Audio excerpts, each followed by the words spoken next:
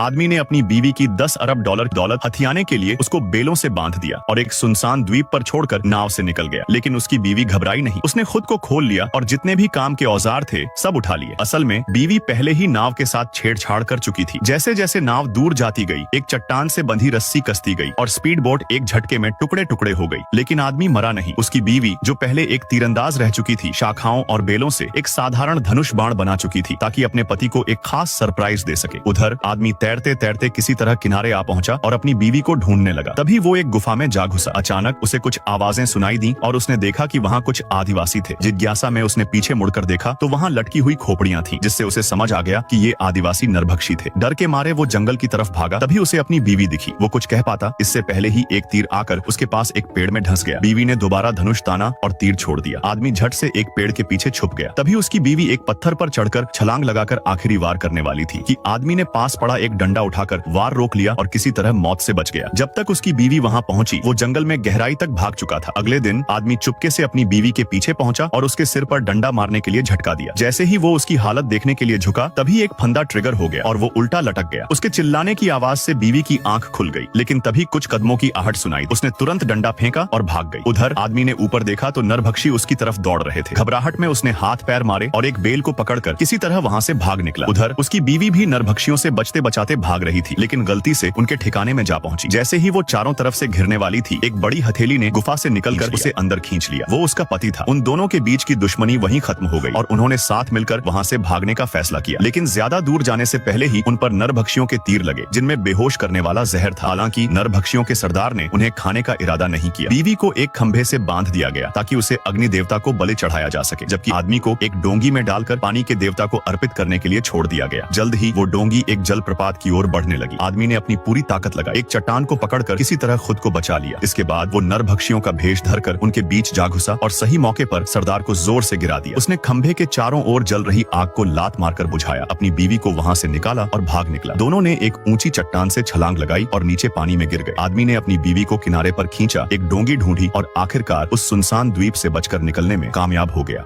आदमी फिर से 50 अरब के जैकपॉट से चूक गया, तो इस बार उसने जिद पकड़ ली कि अगर एक और मौका मिला तो वो जरूर जीत जाएगा। उसने डिमांड की कि उसे फिर से किसी अमीर इंसान का शरीर दिया जाए। इस पर मौत की देवी मान गई और इस बार वो एक बड़े बिजनेस ग्रुप के दूसरे बेटे के रूप में पैदा हुआ। कल ही उसने पूरी संपत्ति विरासत में पाई और नया हेड बन गया। लेकिन उसके खुश होने से पहले ही जिस प्लेन में वो था, वो तूफानी बादलों में घुस गया और तेजी से हिलने लगा। उसने तुरंत अपनी सीट बेल्ट बांध ली, सेफ्टी जैकेट पहन ली और सारे सेफ्टी मेजर्स फॉलो कर ली। तभी एयर होस्टेस आई और बोली कि घबराने की जरूरत नहीं, बस हल्का टर्बुलेंस है, जल्द ही सब नॉर्मल हो जाएगा। लेकिन उसे पक्का यकीन था कि प्लेन क्रैश होगा, मगर कुछ ही देर में प्लेन सच में स्थिर हो गया। इसके बावजूद उसने सेफ्टी जैकेट नहीं उतारी। वो आराम रूम में गया जहां महंगे ब्रांड्स की चीजों से कमरा भरा हुआ था। यही वो लाइफ थी जिसका उसने सपना देखा था और इसने उसे और भी जिंदा रहने की हिम्मत दी। लेकिन तभी जैसे ही वो अपने ब्राइट फ्यूचर के बारे में सोचने लगा, प्लेन के इंजन में धमाका हो गया। जबरदस्त झटकों के बीच वो किसी तरह सीट पर लौटा और बेल्ट बांध ली। एयर होस्टेस चेक करने आई, लेकिन अगले ही पल प्लेन में एक बड़ा छेद हो गया और एयर होस्टेस हवा में उड़ गई। इससे पहले कि वो कुछ समझ पाता, प्लेन जोरदार धमाके के साथ जल उठा और वो आग में जलकर राख हो गया। जब उसने फिर से आंखें खोली तो पसीने में भीगा हुआ था। ये कोई सपना नहीं था। मरने का डर और वो भयानक दर्द इतना असली था कि उसकी रूह कांप गई। उसकी ये हालत देखकर मौत बहुत खुश थी, क्योंकि वो बस यही चाहती थी कि वो मरना न चाहे लेकिन बच भी न सके। मौत ने कहा कि इस बार उसे आसान सा जीवन मिलेगा और फिर से ट्रिगर दबा दिया। अब वो एक 16 साल के हाई स्कूल स्टूडेंट के रूप में जागा। उसने देखा कि क्लास के स्टूडेंट्स वीडियो देख रहे थे और उस वीडियो में वही था, प्लेन से कूदकर स्टंट करते हुए।